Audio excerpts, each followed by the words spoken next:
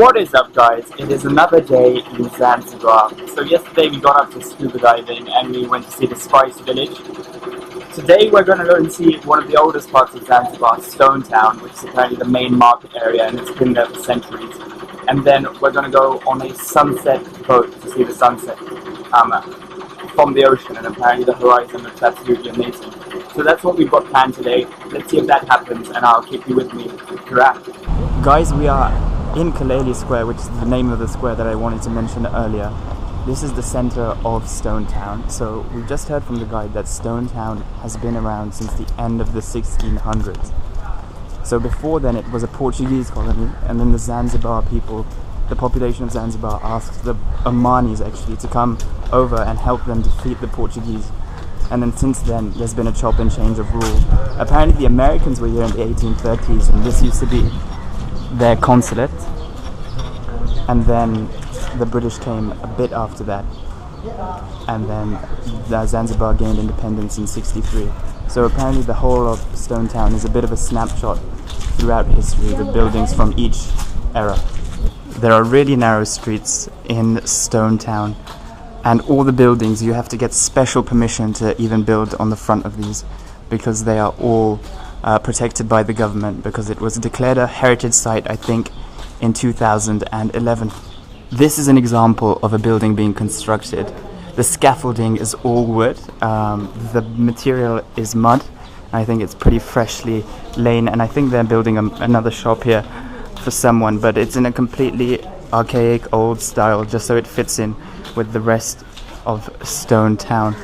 This is an example of Zanzibar door, and apparently that's very famous across Zanzibar. So as you can see, there are a couple of examples there as well, but basically all the buildings have a similar type of door, which is quintessentially from Zanzibar.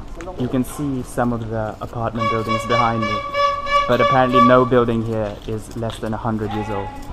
Behind me is the gate of one of the Omani Sultan's ambassadors.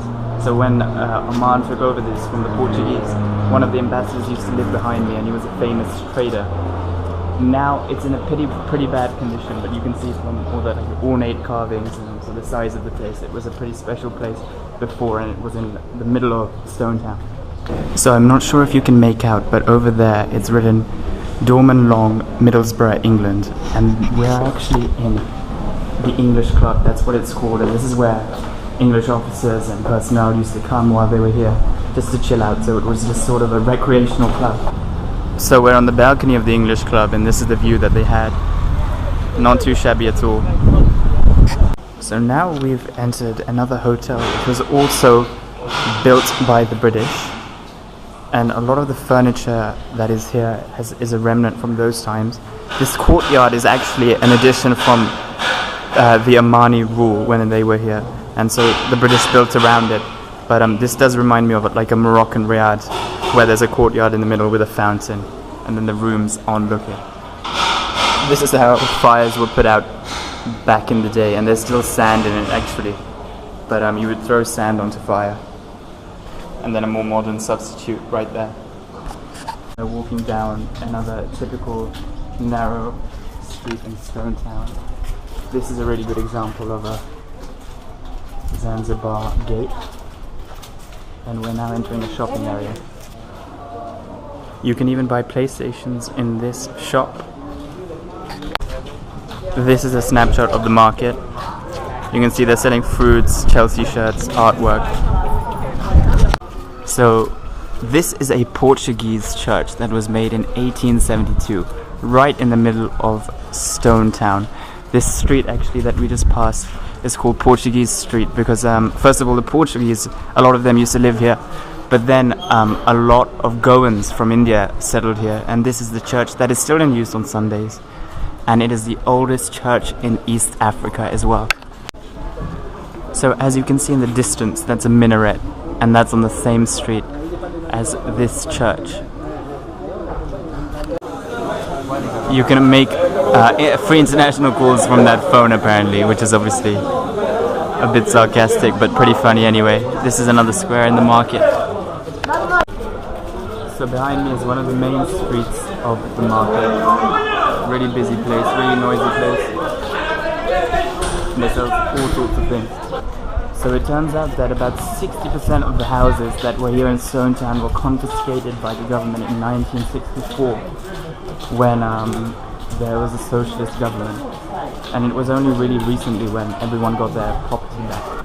Behind this wall is an Anglican church, and before that there was a slave market before it, which is quite an interesting thing. And as you can see with the graffiti, it says Compton West Side, so urban commentary. This is the charitable house belonging to Aga Khan, and if you've heard of that, Aga Khan basically has a network of schools, hospitals, charitable houses all across the globe, and this was actually made in 1902. I think it's out of service now, but that's a pretty cool gate. So behind me is a Bori mosque, and on this side is an Ismaili mosque, and they're both different sects of Islam.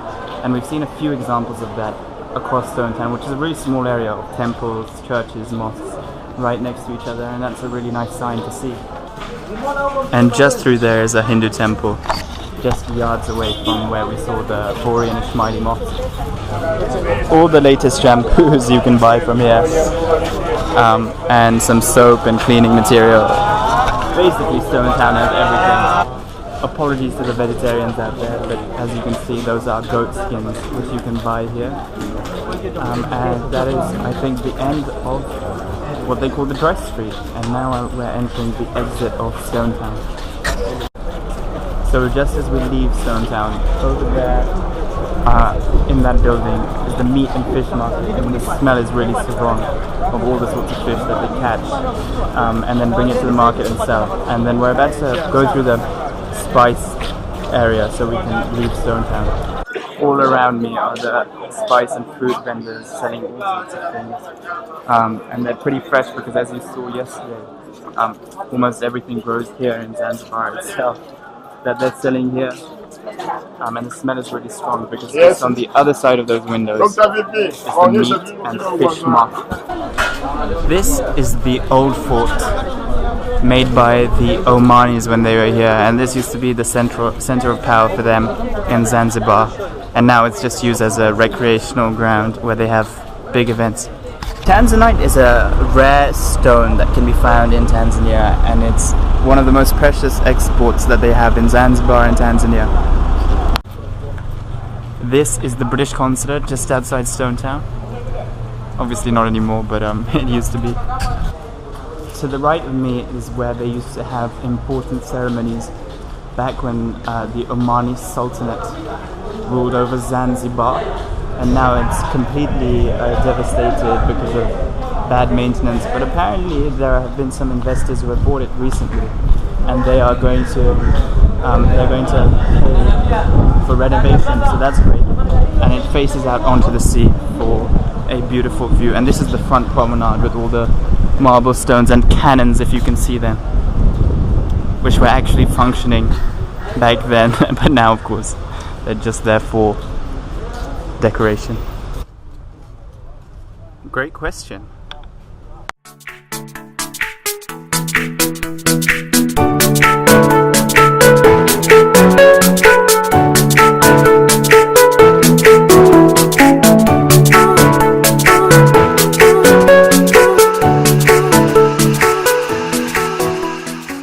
Now approaching evening time. We just did Stone Town during the day, and now we're going to a sunset boat ride, which is a boat ride that goes out into the middle of the sea, and we have some snacks on it, so hopefully it should be fun. I think the scenes will do the talking for that one, so I probably won't be commenting much, but let's see. We are going to be sailing towards that sunset, and as you can see it's pretty high up now, and it's about 4:30 p.m. and the sunset is about 6:30 p.m. so 2 hours of sailing and eating, and then we'll finally be able to see it. This is the boat, and those are the captains. What a lovely day. So we are off. It seems like I've spent most of the trip on top of a boat, but that is the rest of the port, and I think we're going to go along the coast and then out. So the sail is up and the boat has turned off its motor, and we're going to be powered by the sail from now on. My friend, how long have you been here? 2 days. 2 days. You have the reason to know the meaning of nakupenda? No idea. No way. Alright. Najua vizuri sana.